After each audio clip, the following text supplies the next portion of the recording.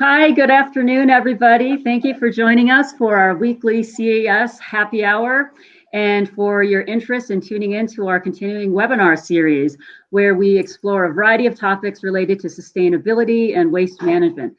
Today, we've assembled an awesome and diverse panel of experts to discuss the circular economy, but not just to confabulate on the circular economy from a theoretical perspective per se, but to deliberate about the circular economy from an applied lens from an impact investment firm, a major petrochemical company, and the North American leader in packaging. So I first want to explain very briefly what circular economy is for those of you that are new to the concept. What it is essentially is an economic system that's centered on designing out waste and pollution and eliminating the continual use of resources. It's a regenerative system, and it aims to gradually decouple growth from the consumption of finite resources. So if you want to achieve circularity, we have to transform all the elements of this take, make, and waste system that we're in now, this linear economy. We have to look at how we manage resources, how we make and use products, and what we do with the minerals and materials at the end of the life. So in today's resource-constrained world of rapid population growth and urbanization, the linear model that we've been embracing for many years has become, and that we've all become accustomed to, is no longer really fit for our purpose. And so when you look at the numbers, there was a report in 2018 at the World Annual Forum in Davos, and they found that the world is only 9.1% circular, and this year's results were 8.6% circularity. And so we're seeing a negative trend, and that can be explained by high rates of mining and extraction, by ongoing stock buildup that enter the end of life, and low levels of end of use processing and recycling. And so these trends are embedded deep in our system and really are the foundation of the linear economy. And so that's what we need to gravitate away from. And our supply chain disruptions that we've seen with China's import ban and the COVID-19 pandemic as it plays out, they've been undeniable and disruptive. And these events are prompting companies and brands to really reevaluate and restructure and transform their dependence on distant suppliers and to find ways to reduce primary production by improving domestic waste management technology and infrastructure, and moving towards a new circular materials and products to uncover new investments as well. And so when we look at different crises, they always shepherd in a degree of opportunity. And so there's a lot of potential here for investments in more sustainable business models that will be far more resilient as we face future global disruptions. So in response to years of economic, social, and environmental degradation, policymakers, businesses, and society, they've largely pinned their hopes on transformation on two landmark pillars. And these are the UN Sustainable Development Goals and the Paris Agreement. Now, while both of these efforts are quite aspirational and inclusive and inspiring, global policy implementation, for those of you that are familiar with it, it's incredibly painful and slow. And so when we look also at COP25 in 2019 in Madrid, it was inundated with technicalities and obscured by compromise, and there's very little progress or agreement in this process. And so this legislative lethargy can be exhausting and a protracted process. And the irony in all of this is the appetite for change among the general public has never been stronger. And so it's forcing companies and brands and investors to act to chart their own pathways to circularity. And so today I'm joined by Paula Liu from Closed Loop Partners. And Closed Loop Partners is an investment firm comprised of venture capital, growth equity, private equity, and project finance. And they also have an innovation center that's focused on building the circular economy. And Paula is the director at the Center for the Circular Economy, and her work focuses on evaluating new technologies and end markets to drive investment towards solutions that are both safe and circular to accelerate them to commercialization. We also have with us Phil Rosensky. He's the Vice President of Public Affairs and Sustainability at Novelx, and they are a North American leader in packaging, and their portfolio is expansive. They cut across all markets, including grocery, retail, deli, food service, medical, hospitality, industrial. And we also have with us today Ron Abbott, and he is the Sustainability Technical Manager at Chevron Phillips Chemical Company, and they are a major polyethylene manufacturer in the United States. Ron has 25 years, over 25 years of experience in oil, gas, and petrochemical, and he's had a range of roles. And his role at CP Chem today is growing sustainability within their company. And so he's going to discuss how petrochemical companies are advancing the circular economy. So with that, I want to, we're going to have 10 minutes or so each of each presenter talking to us about what they're doing in circular economy, and then we're going to go to a Q&A. So with that, I will turn it over to you, Paula. Thank you, Rachel. Let me just pull up my slides. And if we can, I see that we're on Novelx slides. Can we move to CLP slides? Excellent, thank you. And thanks for that introduction. I think you provided an overview of Closed Loop Partners as well, but I am a director within the Center for Circular Economy, which is the innovation team at Closed Loop Partners, and we really see ourselves as investors and moving and helping to build this new economic system of the future, which really shifts us from, as Rachel described, a take, make, waste system that's predicated on consumption or production and consumption, and really moving us towards a future where we can keep the materials used in the consumption system in play in perpetuity. And as investors in this space, we really see a tremendous opportunity. We think the market opportunity is vast. When you look at some of the research done, Accenture, noted that 4.5 that there's a business opportunity to the tune of $4.5 trillion by 2030 to shift this linear system to a circular system. And even speaking kind of from the perspective of just plastics packaging, when you take into account that we are sending over $2.6 trillion worth of plastic, consumer goods to landfill a year, there's a tremendous opportunity in this shift, and ones that we're very proud and actively leading here in North America. And just a little kind of overview of our business model. As Rachel noted, we do invest across a number of different vehicles, including our venture capital arm, growth equity, and private equity and project finance arm. I think what's unique about our firm is that we also have an innovation center, which is the home for some industry-leading pre-competitive collaborations across multiple sectors.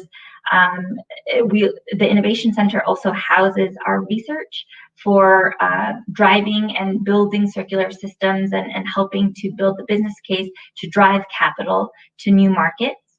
Our advanced recycling work, which is some work that I lead, also sits within the Innovation Center. And between our between these two sides of the house, we're able to innovate and test and scale because we're able to connect new innovations to our corporate partners and make sure that we're populating the ecosystem with these innovations and accelerating their commercialization so that we can move to a circular system sooner rather than later.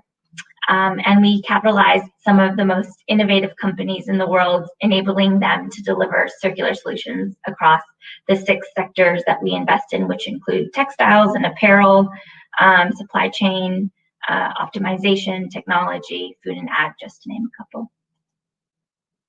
So, I think this is appropriate for climate change or climate week this week, but when you take into the consideration that 2/3 of greenhouse gas emissions that are released today are correlated with the extraction and processing and manufacturing of goods. Building a circular system supports people and planet because it is decarbonizing the system while also creating a dematerialization of that system. And as it relates to plastics, Closed Loop Partners envisions a future where there is no plastic waste, where all of the plastic that is produced is either reused or transformed through innovations, through the mechanical recycling sector, through advanced recycling solutions, so that we can keep these materials in our system at their highest value for as many generations as possible. And that's really what's guided the creation of some initiatives, including our Accelerating Circular Systems for Plastics, which where we are publishing and convening different stakeholders along the value chain to understand where those investable opportunities are, to look into new technologies coming to market and understanding how to integrate these systems in ways that are aligned to circular principles. And thinking about a circular future for plastics, I'm sure many of those in the audience and everyone on this panel is well aware of the sort of statistics around plastic waste, or if you're from industry, plastic scrap.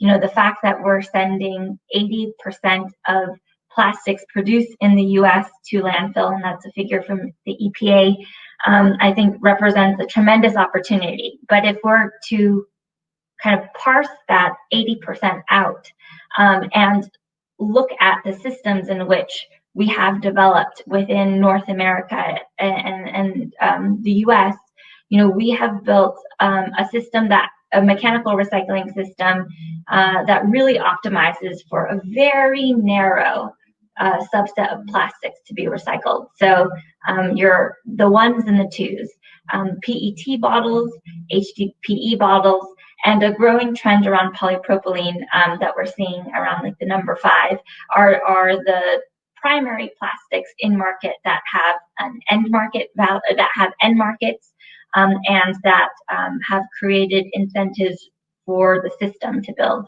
But if we're going to build a circular system for plastics, Closed Loop Partners really believes that we have to take into account the diversity of plastic in our system. We're never going to achieve a circular system for plastics if we continue to focus just on plastic packaging and containers.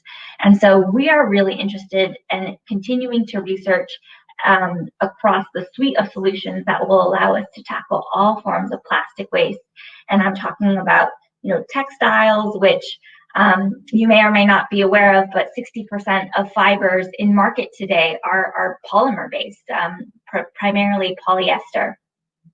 20% of our electronics that we send to landfill per year by weight is plastic. Healthcare plastics or industries like healthcare have largely been kind of like not able to recycle the plastics that come out of their systems.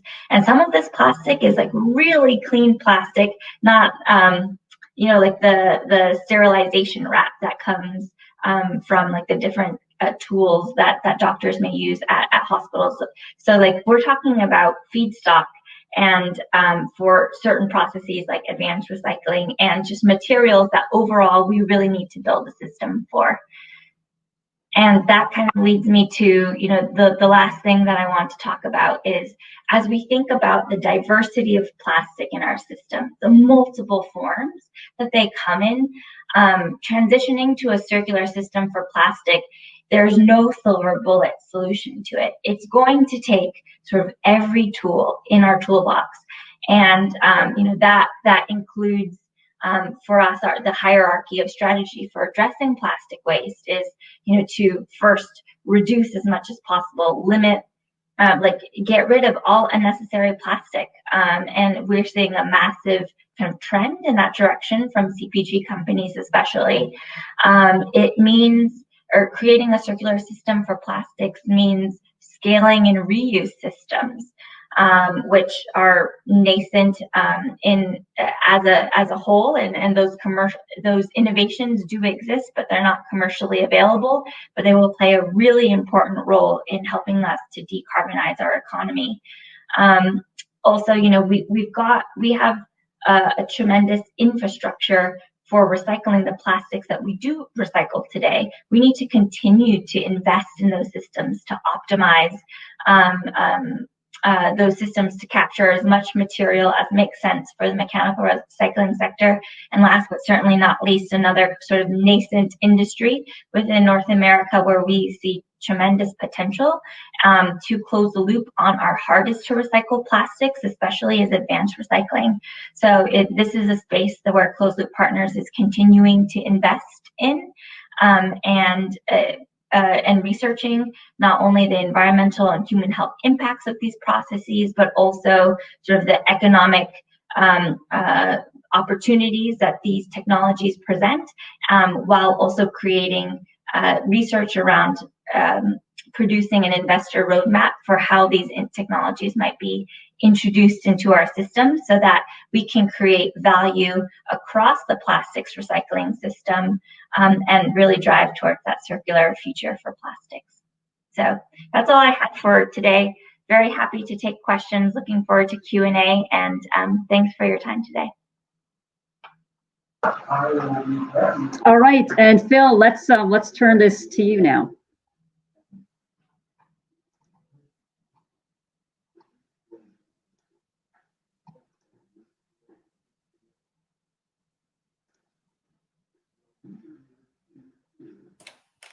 There we go. I think I got myself unmuted now. So my apologies for that little delay there.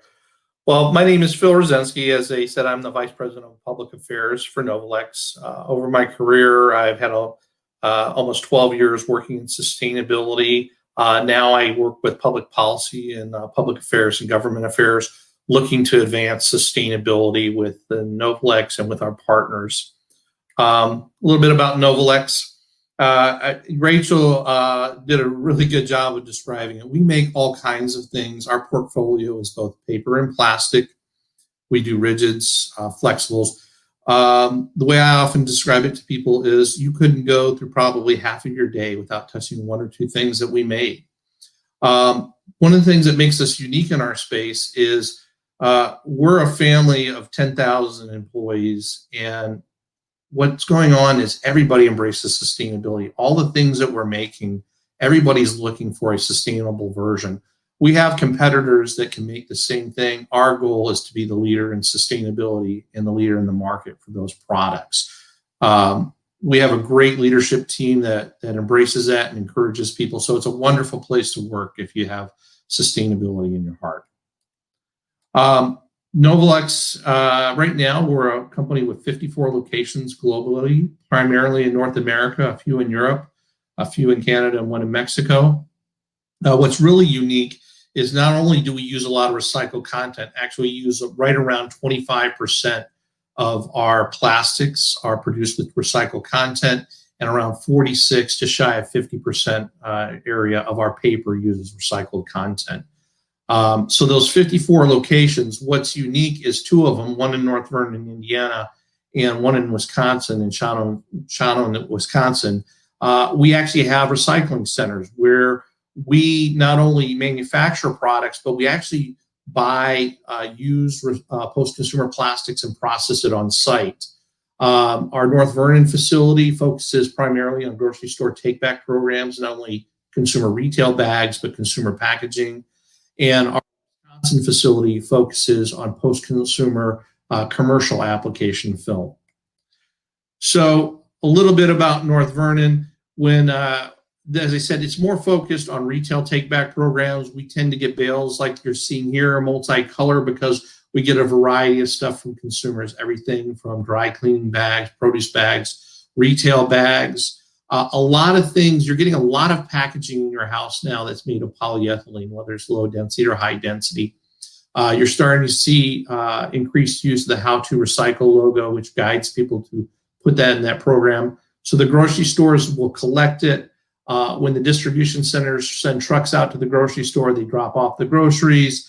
And then they put these like basically trash bags full of all the film collected at the front of the store, plus the packaging from in the store, take it to the distribution center. It's baled. When they have a truckload full, they coordinate with us, and then we ship it to North Vernon or Shawano.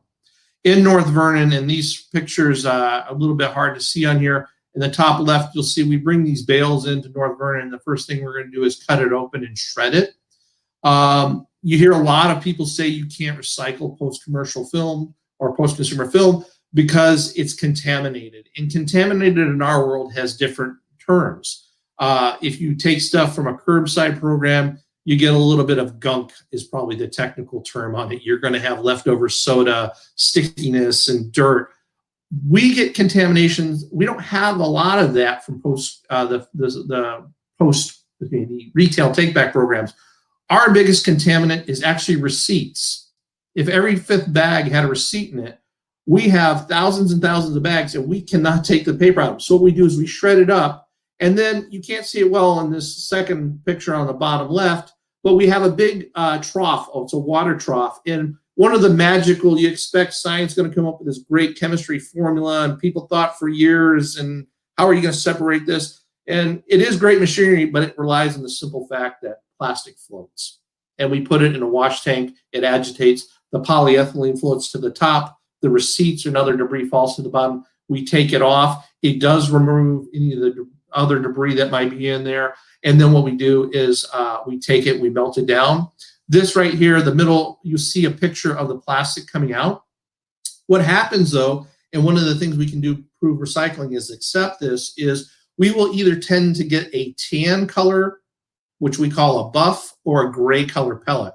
And what that is all these different products come in. They have tints to the plastics that were in there. They have printing on them. And when these colors merge together, it's going to gravitate to a gray or a brown color.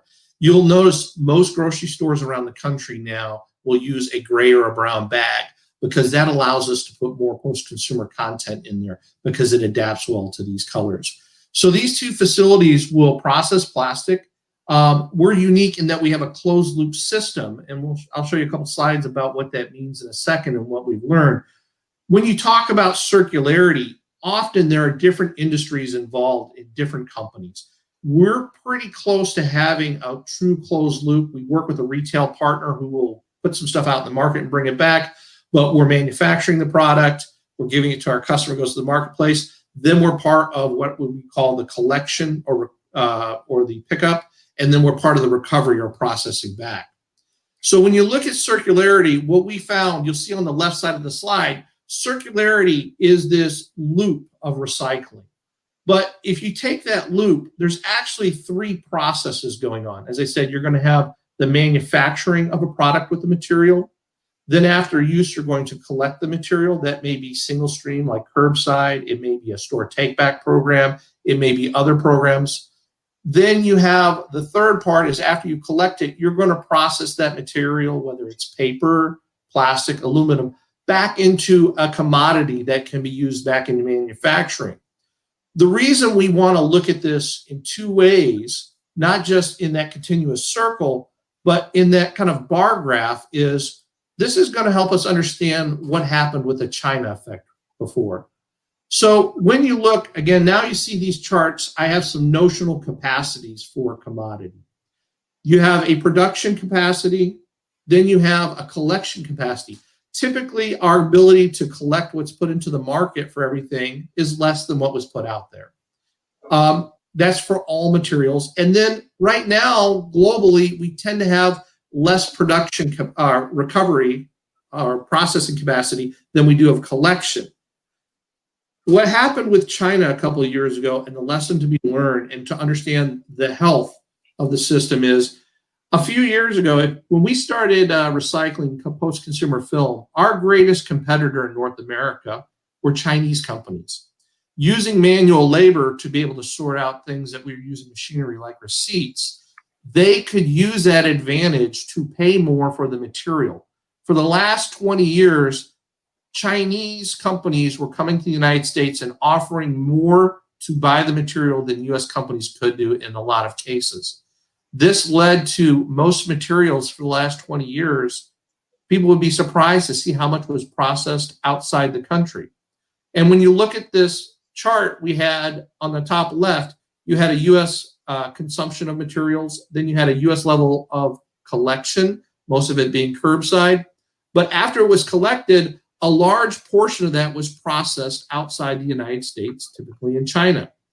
Looking at the chart on the right, what had happened is, as this was going on, American companies had been shipping a degree of contamination. Sometimes they would get a load of PET bottles, but there might be other material in there. And at the same time, China was becoming a consumer nation and had enough evolving packaging that they could actually process their own packaging.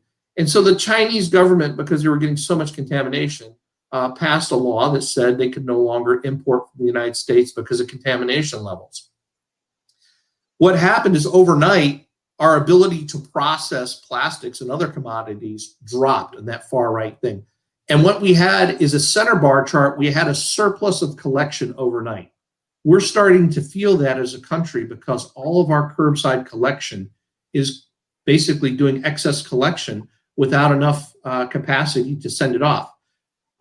We need to start looking at how do we improve circular recycling. We're looking at possible policies that could help with this.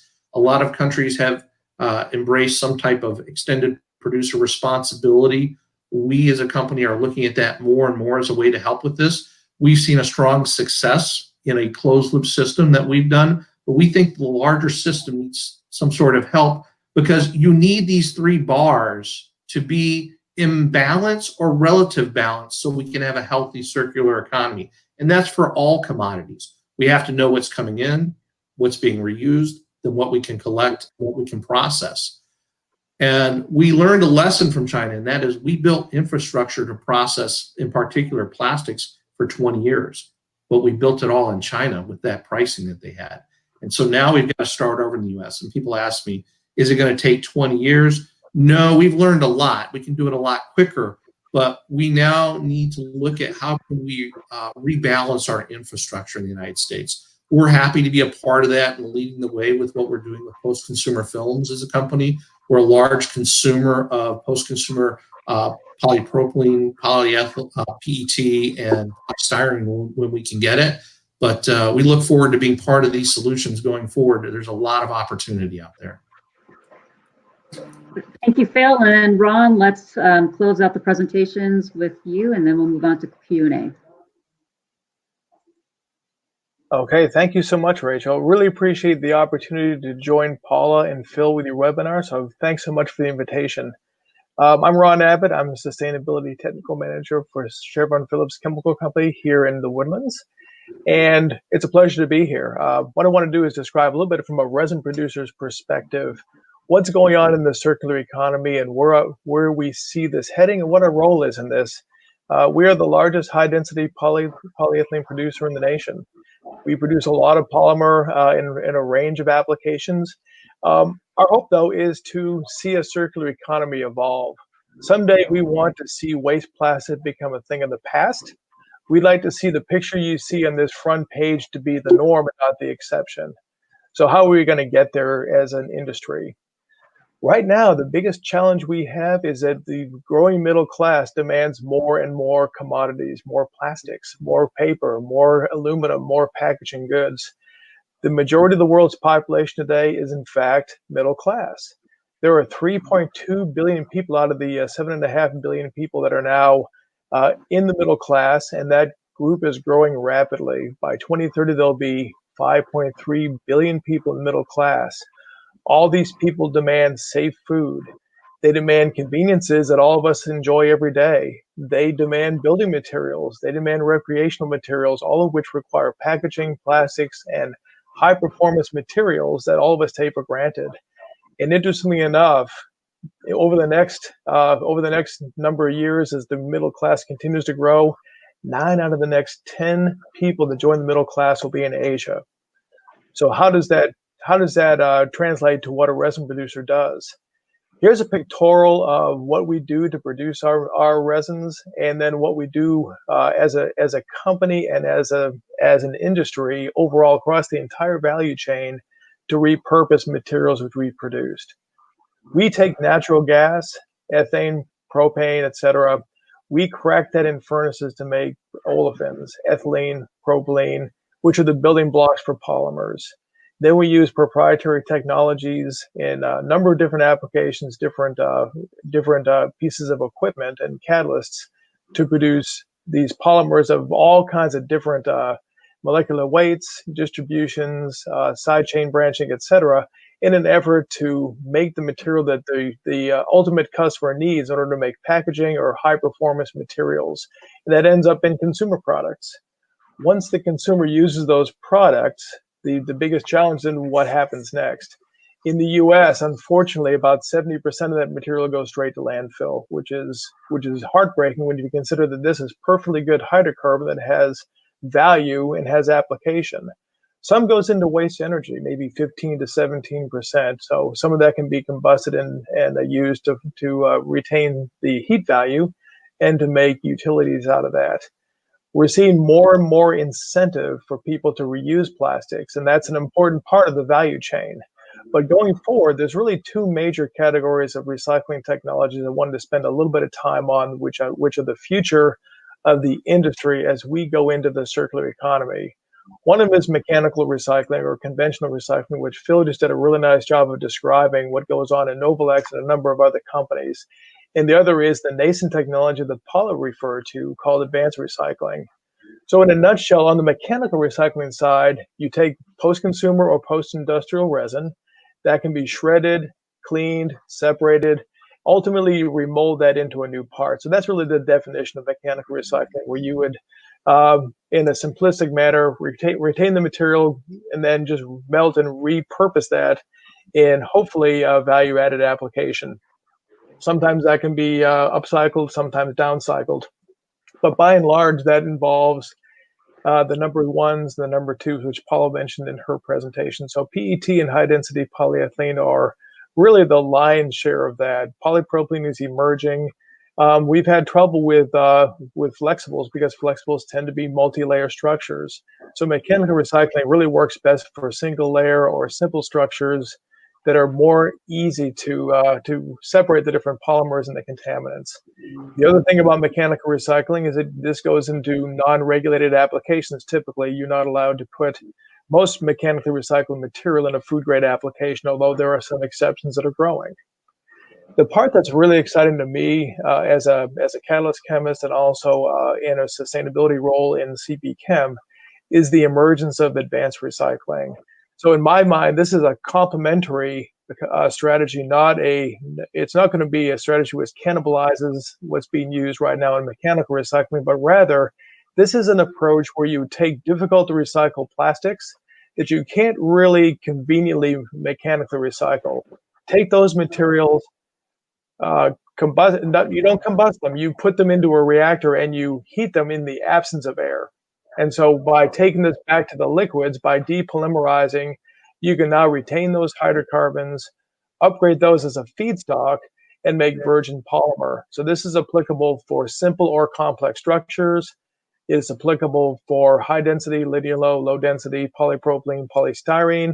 And it has a lot of advantages, including the fact that this ultimately produces virgin polymers, which can be 100% recycled and be used in food grade applications in pharma. So you can see how this is a very exciting avenue because this is a complementary approach to what's done in mechanical recycling. People haven't heard that much about the advanced recycling in many cases, so I'll just let you know that at this point, this is growing so rapidly and there's a lot of momentum building. So here's a chart of just some of the key contributions to this field that have taken place over just the past few years. A lot of this work has been done in Europe, but you'll see a common trend. These are resin producers that are finding a secondary company, a supplier that can take waste plastics and pyrolyze to a liquid.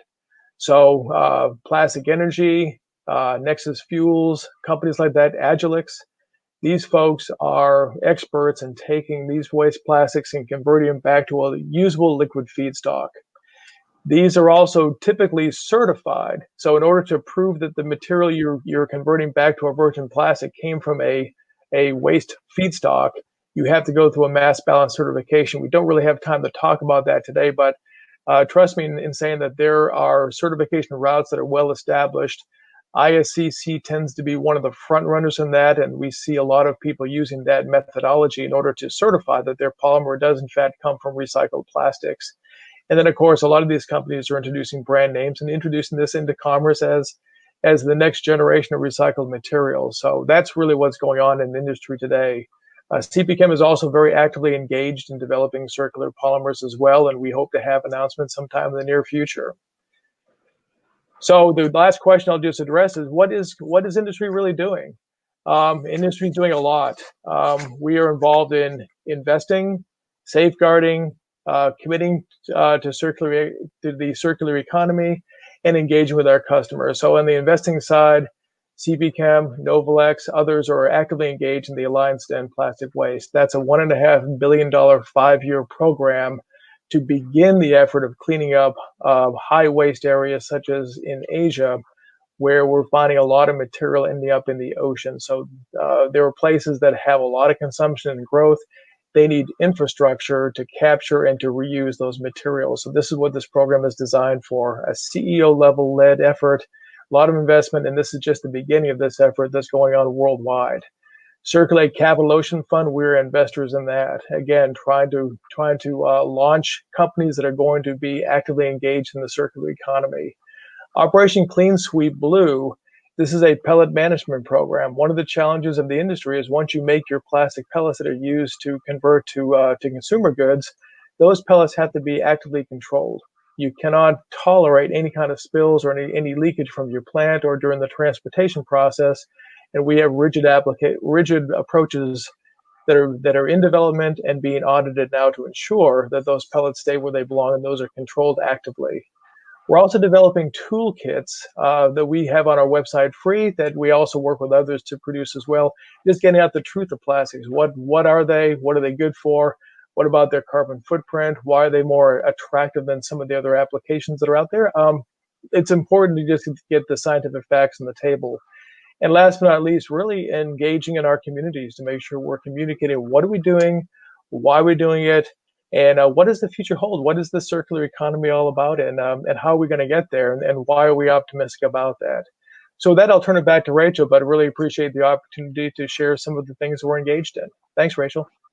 All right, thank you so much, Ron. And so looks like we might have lost Phil. Okay, there he is.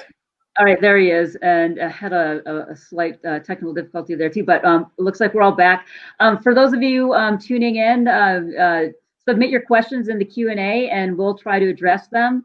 But let me start with you, Ron, since you were just talking about chemical recycling, and Phil, and you were speaking about mechanical recycling. So we know that for those of us in this industry, that mechanical recycling can't manage the existing and the future waste volumes that we have. And I think existing figures are right around only about 50% of the current plastic mix can be recycled under the mechanical recycling conditions. So we're going to need to gravitate towards something like advanced chemical recycling. And that technology is not new. We've been doing that for decades. But what's new is the growing market demand for high quality plastic recyclate. And so when we look at chemical recycling, as a need to manage this overflow of materials, a lot of folks see it as in competition with conventional recycling or a form of sham recycling. And you know, you talked about some of the advantages of advanced recycling, but how do you deem this technology, and how do you ensure a steady and reliable feedstock for advanced recycling? Yeah, that's a really good question.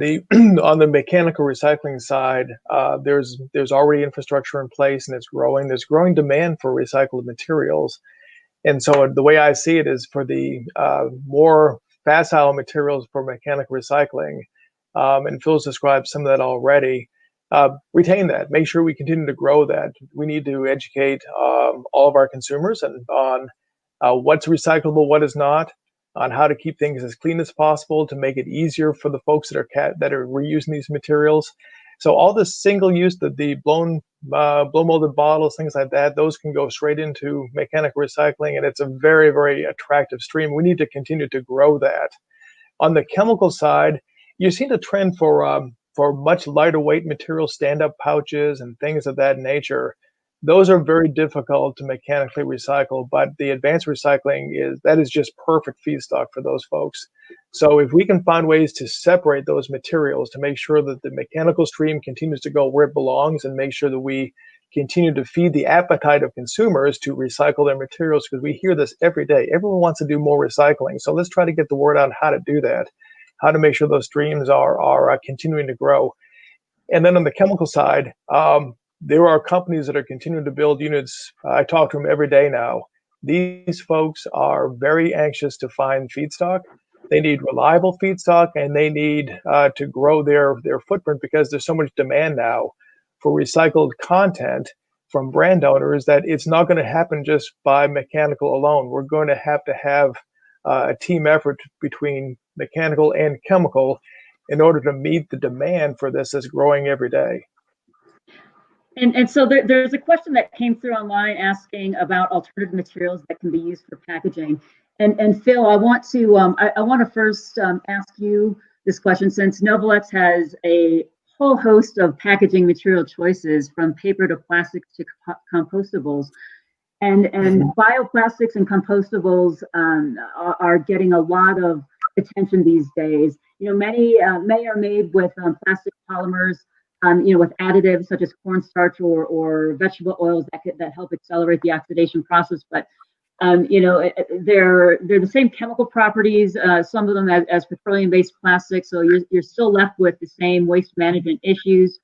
And then there's been other issues noted with the need for industrial compost facilities, feedstock sourcing that's in competition with food sources, releasing CO2 when biodegrading, and low nutrient value. So all of these things don't really justify the high investment cost for installing industrial composting facilities across different municipalities. And so some of these compostables, and I would say under all of these conditions, as I described, seem to be in conflict with circular economy principles, and then in some ways national or global recycling goals. And so you can see that there might be in direct contravention even to waste hierarchy. So how do you align the use of these materials with circular economy principles to ensure that there's circularity and adequate end markets and proper end-of-life management? Well, I'm going to start off with, I'm sure there's somebody from Novelx that's watching, and they're going to laugh when I say this, because I say it all the time. When it comes to sustainability, I think we all want to know, what's the most sustainable choice? Should I use this as paper or fiber? Should I use this as plastic? And it's a simple answer. It depends. If anybody is telling you there's one answer, if you're not raising an eyebrow, please learn to do so. You're right. We deal with compostable and we deal with recyclable materials that compete with each other. Why? Because it depends on the end use application. There are a lot of jurisdictions that don't have access to composting. Often compostable materials take more resources to make. And so you don't want to do that if you're not going to compost it. Compostable materials can be lookalikes for recycling and contaminate recycling if they have two streams in the same place, and vice versa. Sometimes you want to eliminate recyclable plastics from the compostable regions because they're lookalikes that can cause problems. So it's a little bit more complex. So the question is, when do you really want to use a compostable? Well, first, you want to make sure people have a composting system that can accept it. But second, we do a lot of work with arenas and universities in closed systems, because when you have food scraps on food service packaging can be a great challenge for recycling. And so in those cases with university cafeterias, and I said sports arenas is another one we do a lot of work with, it's a great way to manage a mix of food scraps and packaging together. One final thing I want to say is, you also have to remember, when we talk about the circular economy, we're talking about packaging. We also, as a packaging manufacturer, have another obligation, and that's called sustainable materials management, which complements it. We can't just get lost with the sustainability of the packaging. What's more important often is what makes the product inside it more sustainable. I'll give you an example. About 15 years ago, if you would have purchased pet food in a 40-pound bag, it would have come in drywall paper. Today, almost all of it comes in a plastic bag. Now, that plastic bag is not recyclable. The paper probably wasn't because of some of the coatings, but it might have been. And so some people ask me, well, going to these plastic multi-layer pet food bags, did that make us unsustainable? Actually, no, because you had less of them bursting on pallets, less pet food waste. They can store longer, so you can do that. The savings in the product put less pet food waste into the landfill. So sustainable materials management, we have to look at this application. So the two things I always tell people is, one, sustainability depends, and two, you have to remember the least sustainable option is always the one that doesn't work. So if it doesn't work where you're doing it, you have to eliminate that. And that's usually our first guide. What won't work, let's make sure you have something that does work. And we do look at all options.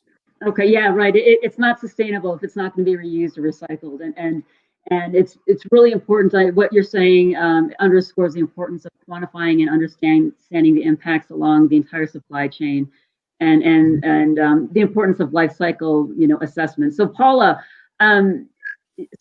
so with the single use bans that are becoming more and more preferred solutions to manage the influx of waste that's entering our natural environment, and for the push to incorporate presumed eco-friendly options on the rise, from an investment perspective, what is the pathway for transitioning from plastics to compostable, biodegradable, or presumed eco-friendly packaging?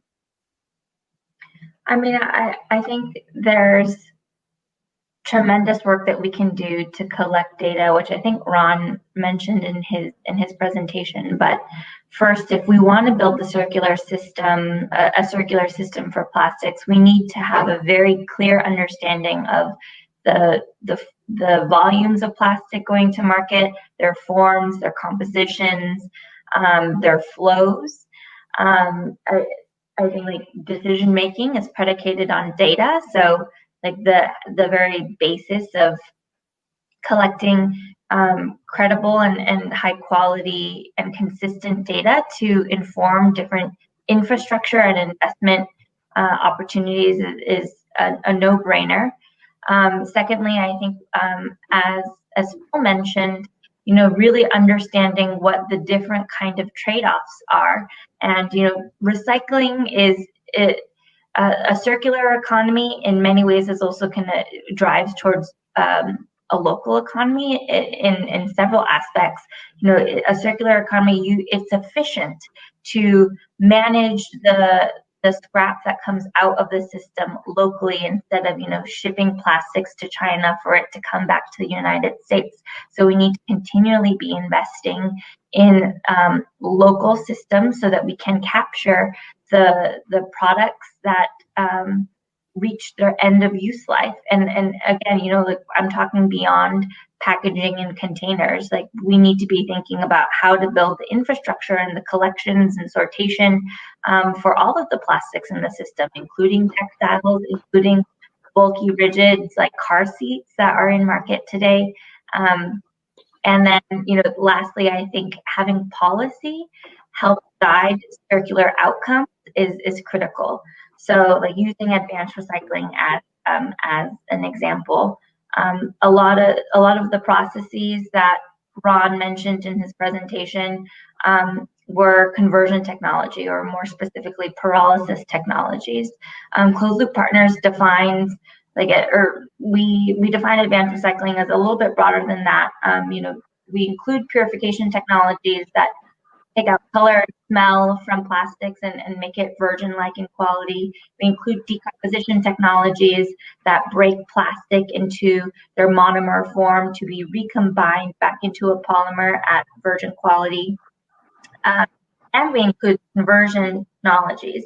Those technologies are all tools, and tools in and of themselves are not circular.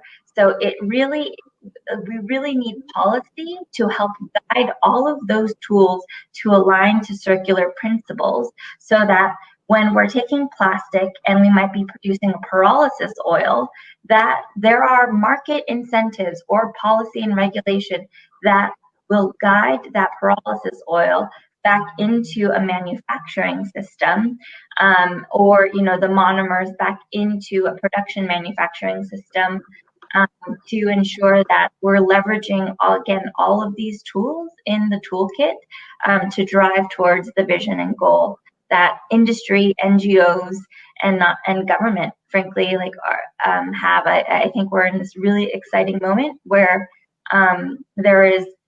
we're in peak consensus across stakeholder groups, and the time is to collaborate. There's high appetite for collaboration, and I'm really excited to see how that spurs different policy, drives investment, and forms really innovative partnerships.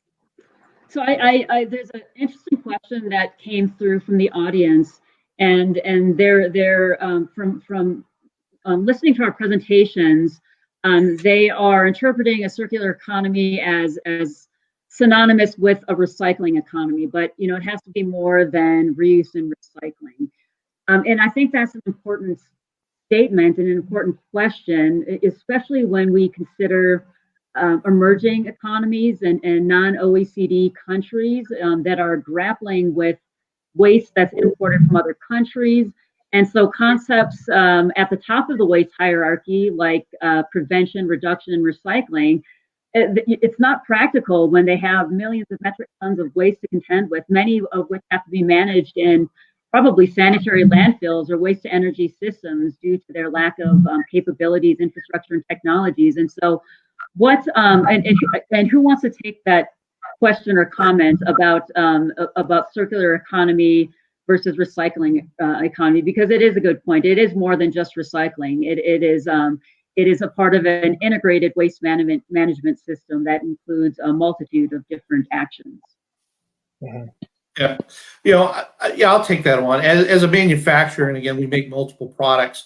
You're right. It's not a recycling circular economy. You're going to have a place for reusable items. You want durable items. Sometimes you want to remanufacture. If you are making something, certain packaging just can't be reused, but you want to be able to recycle them. You want to be able to compost it. The whole idea is really to eliminate what's going to waste or to landfill. It's about not losing control of the resources that were extracted to reduce future extraction.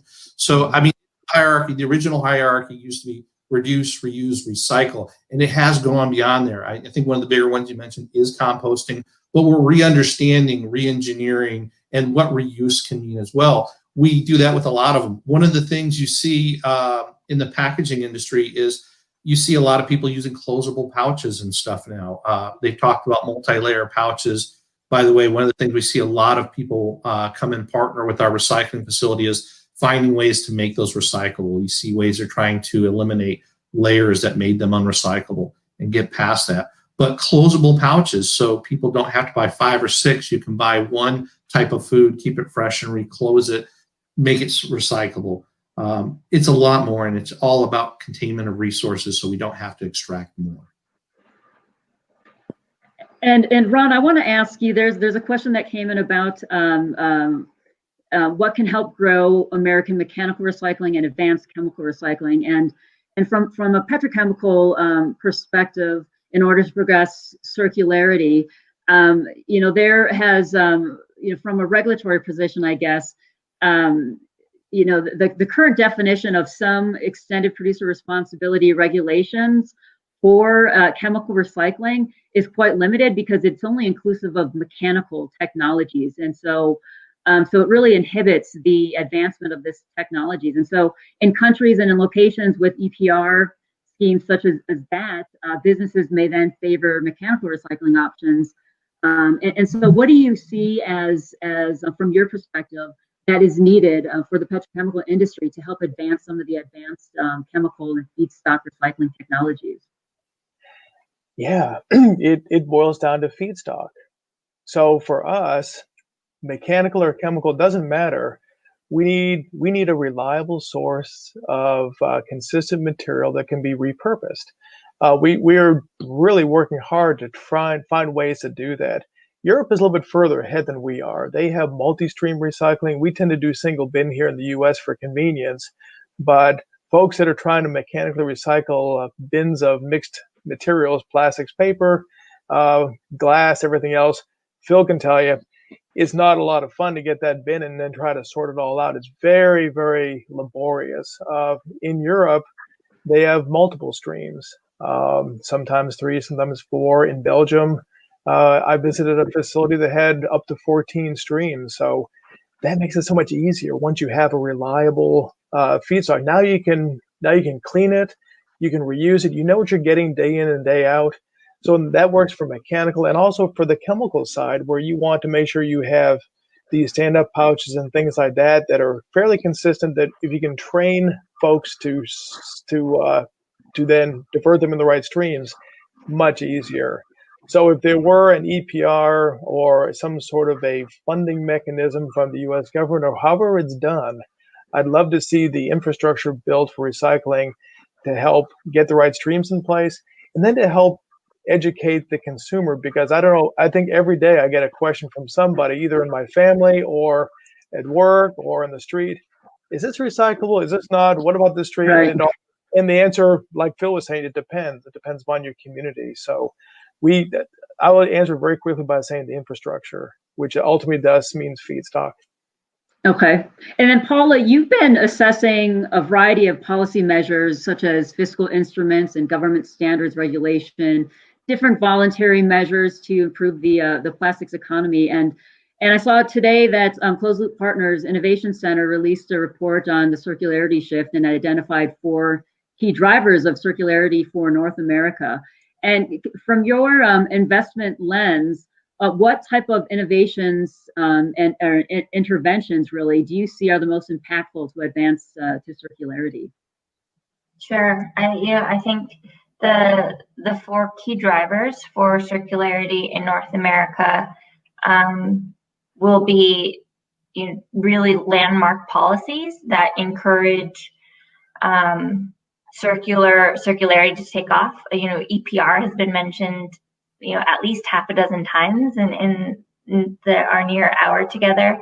Closed Loop Partners thinks that can be a really catalytic to kind of funding the investment needed to increase the capacity of the system to manage the different types of plastics in the system.